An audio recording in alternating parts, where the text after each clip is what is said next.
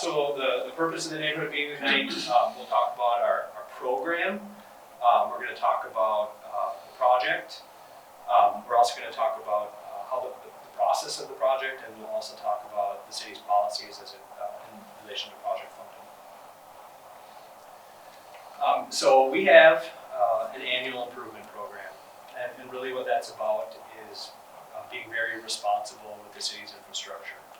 So we have over 100 miles of streets, and so we have a program every year where we address our worst streets first. The big reason for that is safety. We want to have smooth surfaces, obviously for everybody that is in a car, but also people that aren't in a car. We really want to control maintenance costs. So the most inefficient way to take care of a road, the most expensive way to build a road is one shovel at a time. In Minnesota, you can't really get around patching because when there's a pothole, we need to be responsive and patch that. But really, it's the most expensive way to maintain a road. So we want to be very prudent with your tax dollars. As streets age, the maintenance gets more expensive and becomes less effective. And depending on how you do the math, patching costs 5 times more than paving. In some situations, it's 10 or 100 times more expensive. I will say that Brian Bachmeyer, the previous public works director and city engineer, and the councils that he worked for did a really nice job of staying on top of the pavement here in Oakdale. I've worked in other cities. I've spent a lot of time in Ramsey County, and Oakdale should be really proud of where we're at, and that's because we have a good program. Also, as part of the project, we replaced streetlights, and then we do have the one neighborhood, the 48th and 49th, we do have one neighborhood on this project that has load restrictions right now, so it has a 5-ton. I don't know how much that comes up for residents, but it is posted. So this map here, we're doing a lot of work. The project that involves assessments is the project in red, so that's Hadley, and then all the side streets that tie into it. We're also going to be doing a trail project. It's separate, but we'll put it into one contract so that we can get lower overall bid prices. So anybody that's in the Park Area Discovery Center, all those trails are going to be getting done next season as well. And then on the north end of Hadley, it's 50th Street. That's a county facility, and the county's going to be repaving that next year. So it'll be a disruptive, busy season, but when it's all said and done, you're going to be surrounded by new infrastructure. And we'll also be coordinating with the county so that we can minimize the impact. But especially if you're on the north end there, it's going to be a busy season. So if you're an engineer, you probably get excited seeing this graph. But really what it demonstrates is that if you do a good job, so the line on the top, that's asphalt, and that's the condition. And so the pavement condition starts at 100, and it's 100 when it's placed, so that first year. And then immediately, due to both weather and traffic, that pavement will degrade. So it will degrade faster with millions and millions of cars, or thousands. It'll also degrade just through the environment. So most of you have driveways. It only sees, let's say 5 cars a day, something like that. But after 30 years, it's usually destroyed primarily by nature. So all those hot and cold cycles. And Oakdale has an average around the 70s. Now it gets more and more expensive to address the pavement the longer you wait. And so if you let the pavement get down in the 40s, the 20s, down towards 0, first off, you're going to have very angry, upset residents that the condition of the road is bad and it's damaging their vehicles. And then you'll also be penalized because it's more expensive to address a road then. So we try to address pavements before they get that bad. And again, Oakdale's done a really nice job of that over the years. So this is the whole city. And what this shows are the pavement conditions. The blue are more recently constructed. And then as you get to the lighter colors, we don't have much for red. But we do have a few areas that are getting into that lower pavement condition.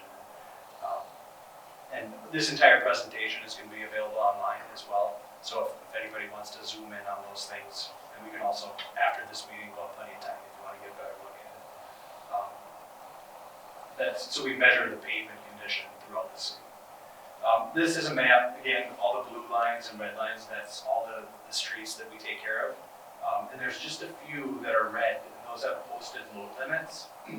You'll see, it might be a little bit hard to see, I'm not sure if I can, there, but over in this area, you can see that as a 5-ton load rating right now. The only other red is from the project we just completed this year, down by 7th Street, Tartan.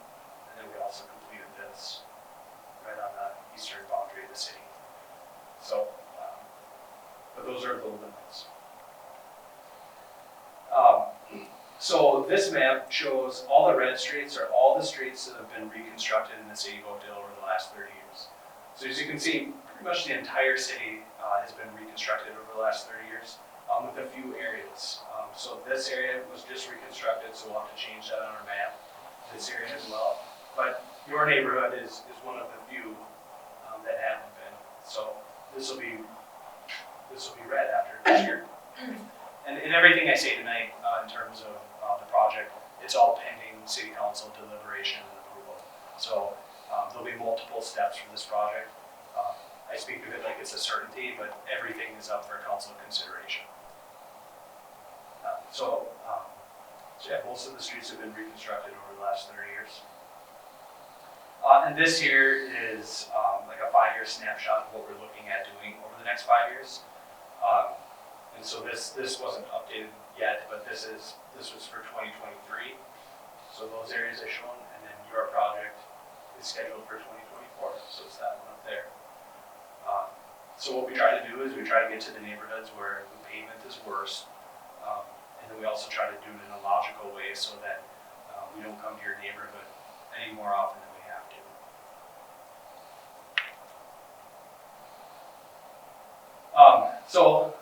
Here's just another graphic. It shows all the streets. So Hadley between 40th and 50th, all the local streets that serve your neighborhoods, and then also the trail alongside Hadley. We're going to start out just looking at a good representation of a past project. And this is Olson Lake Estates, Helmway Avenue up near 50th Street. And this is that project before the improvements were done. And so you can see the asphalt pavement that's pretty much reached its design life, the expensive patching that Jesse talked about.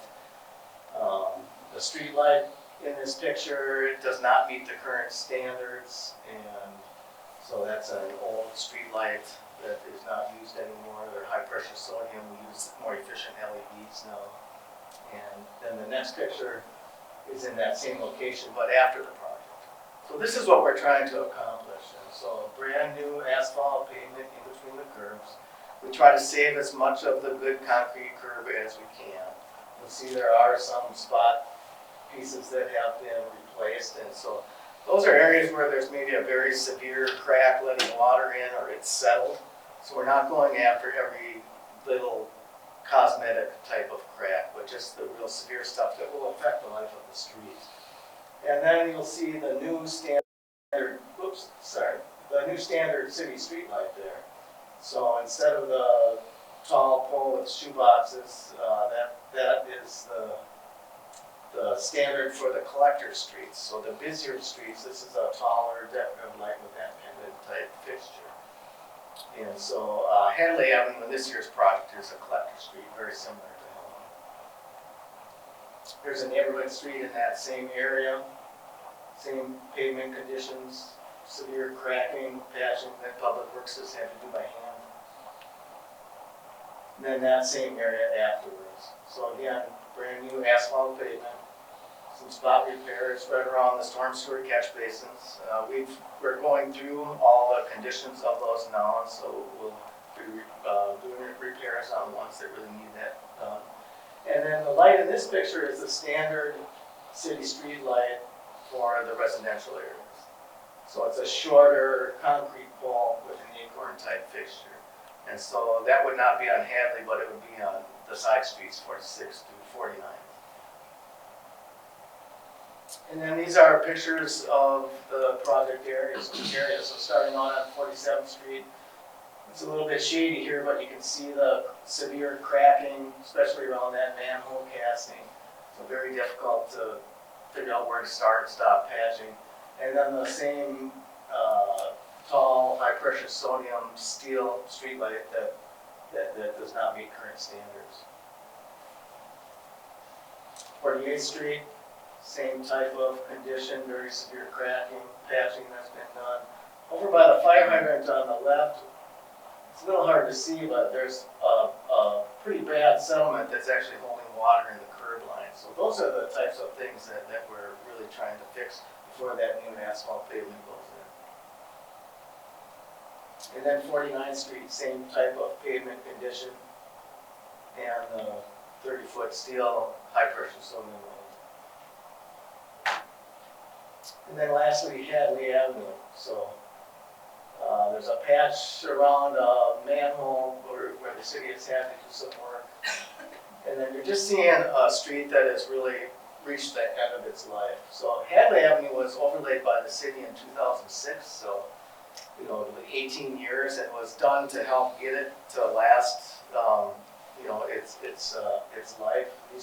All the streets in the project area are going to be about 30, 31 years old. And so it really is time. On average, the streets are lasting 27 to 28 years by the time we get to this program, so these streets have done a little bit better. So the proposed improvements itself are to remove and replace that existing asphalt pavement. Before we do that, we want to take care of everything underground. And so the city has sanitary sewer, water main, and storm sewer pipes underneath the roadway. And Public Works is running some cameras through that, televising the condition to see if there are any areas that need to be dug up and repaired. We generally don't have a lot of those on these types of projects. There will likely be some repair on some of the fire hydrants and some of the water and gate valves. There could be something done on the inside of the pipe without digging. So if there's something minor in the sanitary sewer, we can send a remote piece of machinery in there to do some sealing. And then storm sewer repairs. That settlement by the curb, by that catch basin that we saw in the picture. And then Mike has gone through the structures, the storm sewer structures on the site. So we're already starting the list. But we want to hear from you if you're noticing anything on the project area. So if you're noticing any areas that flood, any areas where you're seeing icing, or anything else that you think you want to bring to our attention to help us fix during the project. And we'll be cleaning out all the storm sewer pipes that come into and out of the ponds in the area. So there's sediment that builds up over time and some vegetation, so we'll be cleaning those areas out. And then replacing the street lights. So we're replacing them with the current standard lights, and those will be LEDs, which are much more efficient. We'll go through the street signs to take a look and see if those need to be replaced. And then in addition to the city, the private utility companies also have their own facilities. So the gas, electric, and phone and cable companies. And so we'll be in contact with them, and they may have their own crews out there during the same time doing some of that work. So those crews will be separate from the city crews, and they'll be doing their own work and their own restoration. If they have to get into the boulevard areas. I also meant to mention at the beginning, we have water and companies back there, so please help yourself. So the construction process, what are you going to see during construction? The very first thing that the contractor will do is they'll bring in a pavement reclaiming machine with big diamond bits, and they'll grind up that existing pavement into gravel. And we reuse that on the project, as much as possible.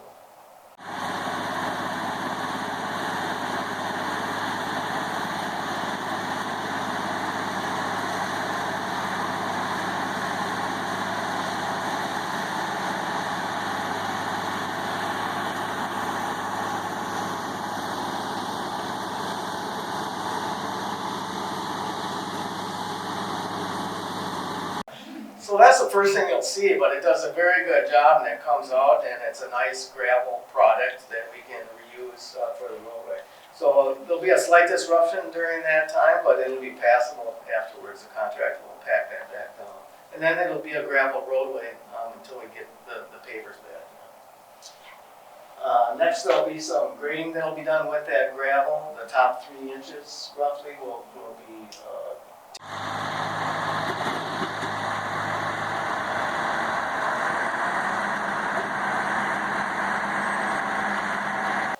so that material gets reused, and again, there'll be a passable gravel roadway. And then we'll get into the curb repairs, some of that spot repair on the curb and gutter. Contractor will have a separate crew that comes in and does that.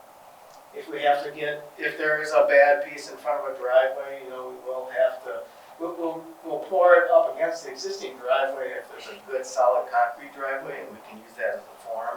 But otherwise, on an asphalt drive, we'll probably have to saw cut a nice clean edge and do a small patch in there. So, and during situations like this, we need to have you stay off the curb, and that's where working with Mike will be real important, where we'll coordinate it, where, if that trailer needs to get used in the photo there, we would try to coordinate it so that it minimizes, or maybe if you have a boat and you can put it in your neighbor's driveway or something like that. We're really good at solving problems, so just come to us right away if that causes a problem. Well, yeah, generally it takes about a week for that new concrete to be strong enough to drive over. So the contractor and Mike will be providing notice and helping provide some alternatives for parking during that time. You'll be able to park on the street in front of your house. But it's usually dusty or muddy. It's kind of one or the other. So there's a little disruption, but the street should be passable for most of the project. After that, we will, the contractor will pave the first layer of asphalt, and that's what we call the base course. So there's 2 layers of asphalt that are going in. So this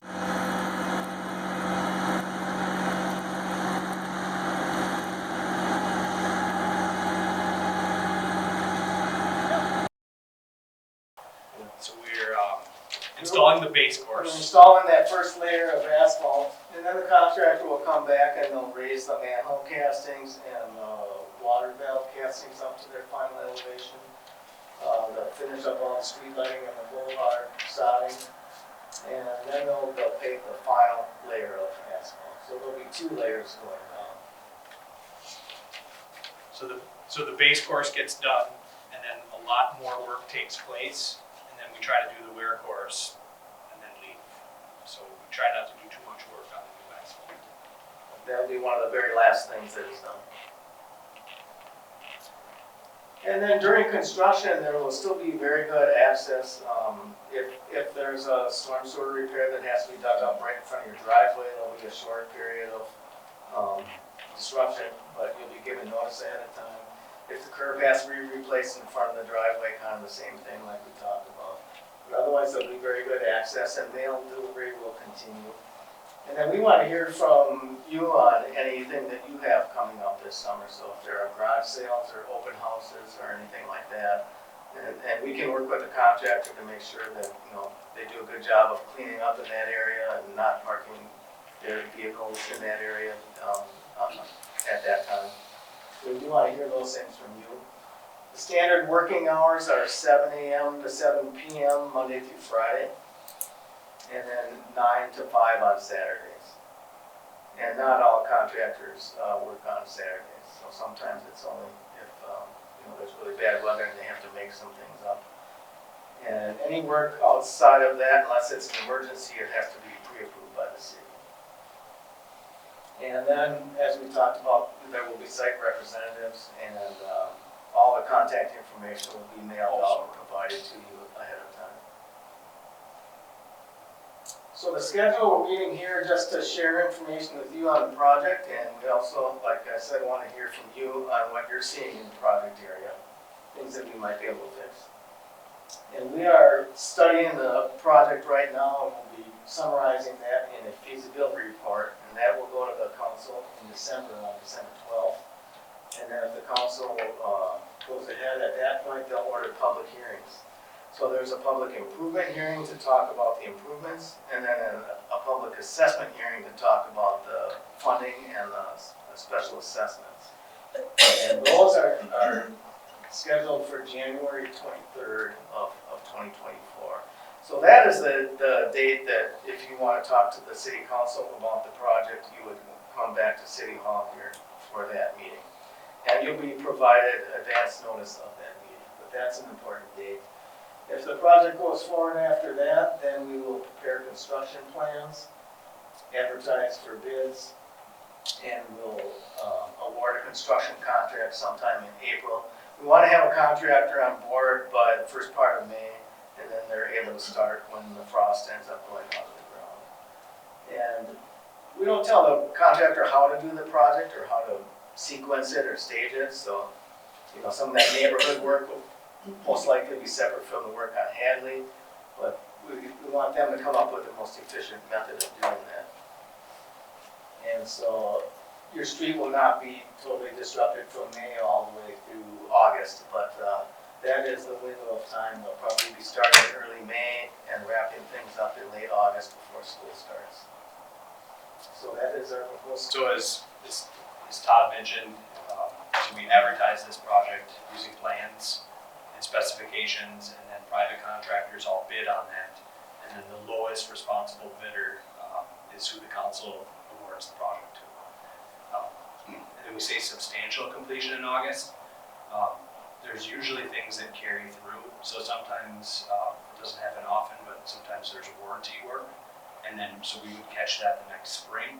So the project is pretty much going to be done in August, but sometimes there's things that carry into the next year, just a button repairs or anything like that. So now I'll go through the policies. So as the policies relate to funding. So right now the estimated project cost of this is just under $4 million. That's based on how much asphalt, concrete, and how these projects have cost in the past with a little bit of inflation. Our hope is that that'll be a close number. But what we do, the city right now is projected to finance a little over 80% of the project. So that's all, it all comes from taxpayers. So everybody in the city pays that portion of it every year. So last year with your municipal taxes, you were helping pay for this year's project, and in future years, every single year, the city's funding about 80% of the project. The remainder of the project are assessments to property owners. And it's based on what it costs to remove it. So every city does assessments different, but they all need to follow state statute. Our city, Oakdale, is based on what it cost in 2002, and then there's a front footage amount. And the front footage amount goes up $1 a year. So last year, or this year, 2023, it was $53 per frontage foot. Next year, it's going up $1 to $54.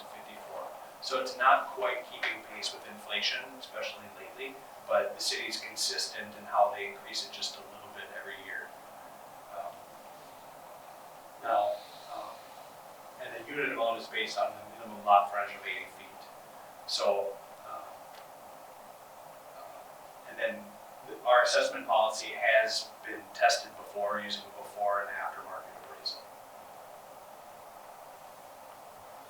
So everyone today will get a packet, and in that packet there will be an assessment roll, and it's alphabetical, I believe. So you'll be able to find your address. There's 400 properties being assessed on this, so there's a lot of sheets, but go by the last name of the property owner. So for a single family home with an 80-foot lot, the special assessment is just over $4,000. That loan, people have the opportunity to pay that, and if you paid it in full, and you're going to get all this information multiple times, but you have until October 15th of next year to pay it in full, and then you don't see any interest. Some people pay it or pay a portion of it, and a lot of property owners opt to let it go onto their property taxes. that happens, it gets repaid over a 10-year term with interest. And we always charge 2% above the city's rate on the bond. So we issue debt for our portion of it, and that whatever that amount is. So this year it was 4.75. I imagine next year it'll probably be higher. It's always 2% above that. And then people can do prepayments. And then because this is a 24 project, you wouldn't actually see the bill on your property taxes until May of 2025. Folks are welcome to pay the principal at any time. It's easier if you pay it early to the city, otherwise you have to work through the county. And then for anybody that this might apply to, there's hardship deferrals available, and we follow the state rules on that. So either based on income or disability. So special assessments are the rules are very prescriptive, and that's why there's an improvement hearing, an assessment hearing, and a feasibility report, public notices. We follow a very specific process, like every city has to. This is a little bit of a difficult graphic, but this is for 2022, and for the average single-family home, the component of their city taxes were about $1,000 in 2022, which works out to about $80 a month.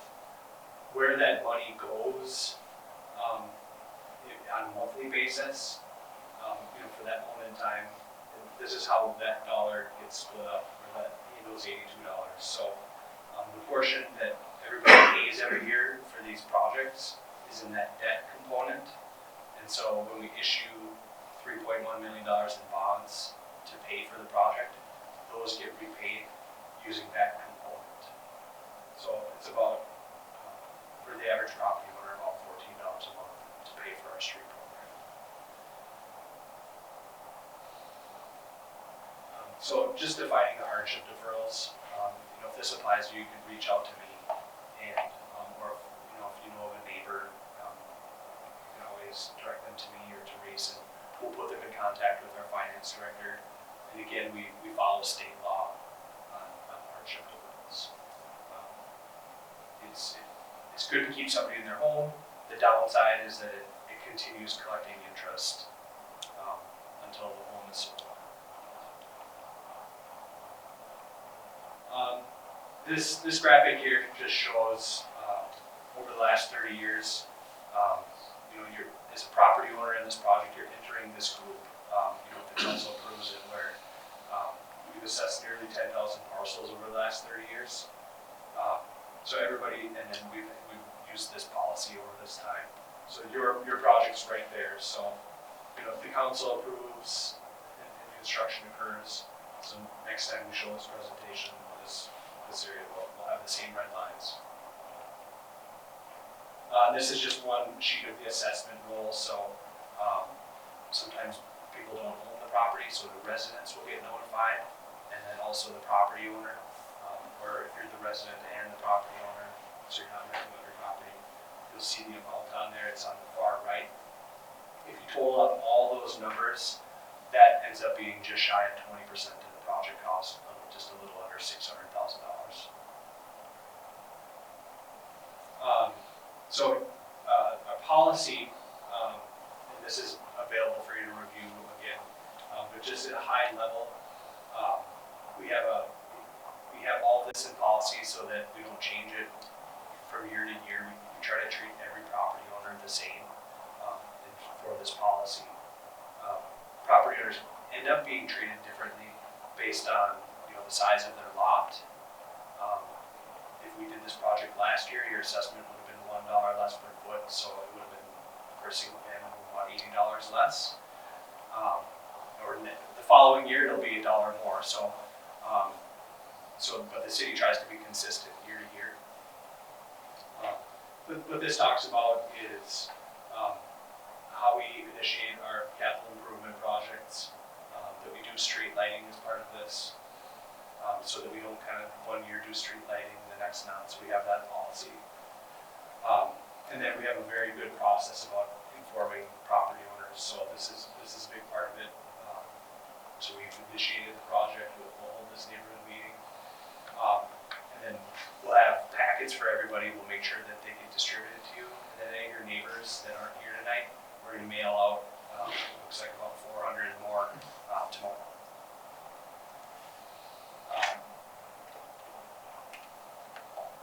This talks about how the city council will look at the report, the feasibility report that gets put together for this. And then it'll talk about how the council will review our plans. And then they'll authorize an advertisement for bid. So it'll be advertised online where general contractors look for work. It'll also be advertised, I believe, in the Pioneer Press.